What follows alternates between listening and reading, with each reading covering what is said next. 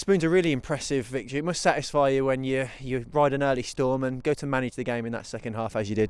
Yeah, definitely. Yeah, saw some real good character from the players today. It was kind of strange because what was happening to us is what we normally do to other teams, and we rode our luck. They missed a shot where they should have scored, and then Mahar pulled off a good save, or we got a block. So that was all good and positive, but we felt that we given too many chances.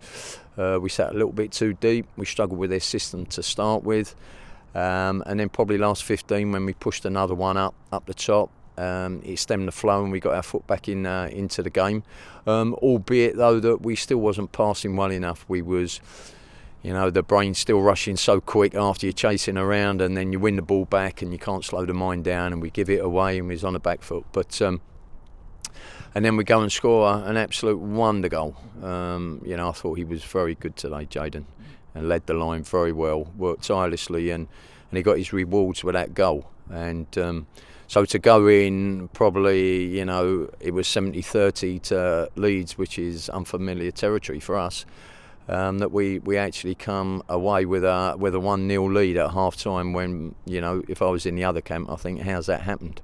But, credit to the players. You got them in at half-time, and the second half you pretty much controlled most of the half when you look at it, got to grips with their system, had much more of the ball, and we looked more composed and settled out there. Yeah. Probably because a lot of the reasons that we just spoke about, in as much as we pushed another one up where we had only had one up when they was playing out from the back, so it made it a little bit harder there.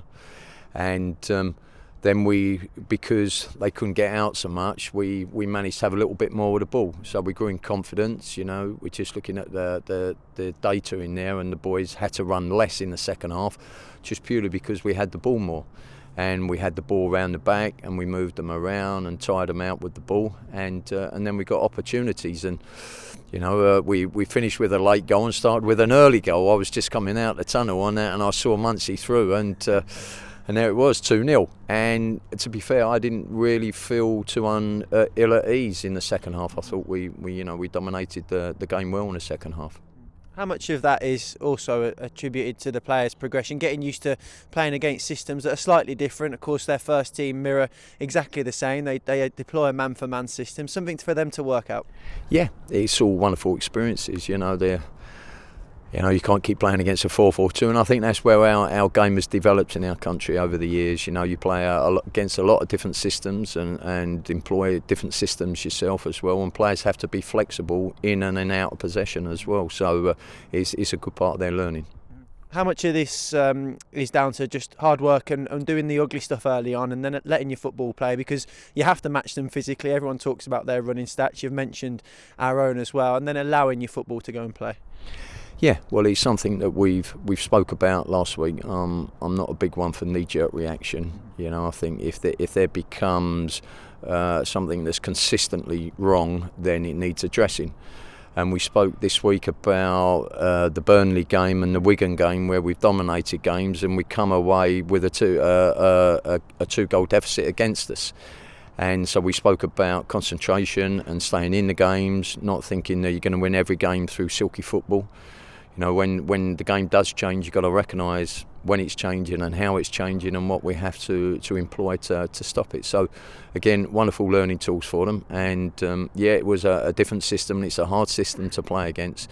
But the boys worked it out well in the end and listened to what we said to them.